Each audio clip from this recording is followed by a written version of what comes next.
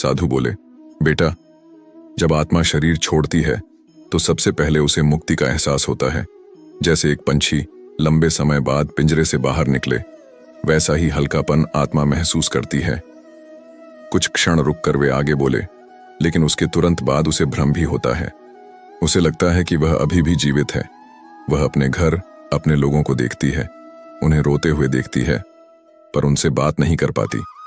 शिष्य धीरे से बोला, गुरुदेव, क्या आत्मा डरती है?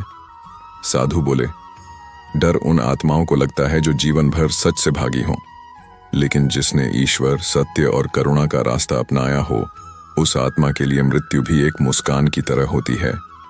फिर साधु ने नदी की ओर इशारा करते हुए कहा, जब चिता जलती है, आत्मा अपने शरीर को छोड़ते हुए बस एक ही बात समझती है कि यह शरीर तो सिर्फ एक कपड़ा था जिसे उसने कुछ समय के लिए पहना था। फिर वह 3 रास्तों में से एक पर चलती है। अगर जीवन में प्रेम, करुणा और सत्य रहे हों, आत्मा प्रकाश की ओर बढ़ती है। उसे कोई डर नहीं होता, केवल शांति होती है। अगर पाप, छल और स्वार्थ रहा हो, आत्मा भारी महसूस करती है और अंधकार की ओर खींच जाती है।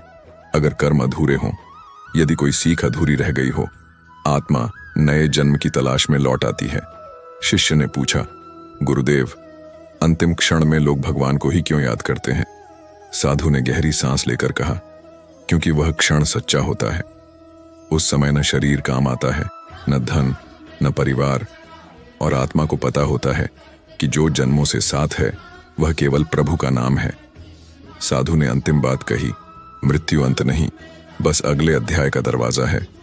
जो ईश्वर को याद रखता है, उसकी आत्मा कभी भटकती नहीं, वह सीधे प्रकाश में विलीन हो जाती है। आत्मा वही महसूस करती है जिसे उसने जीवन भर बोया है।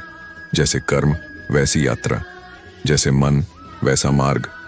इसलिए जीवन में सच्चाई, करुणा और ईश्वर का नाम मत छोड़िए।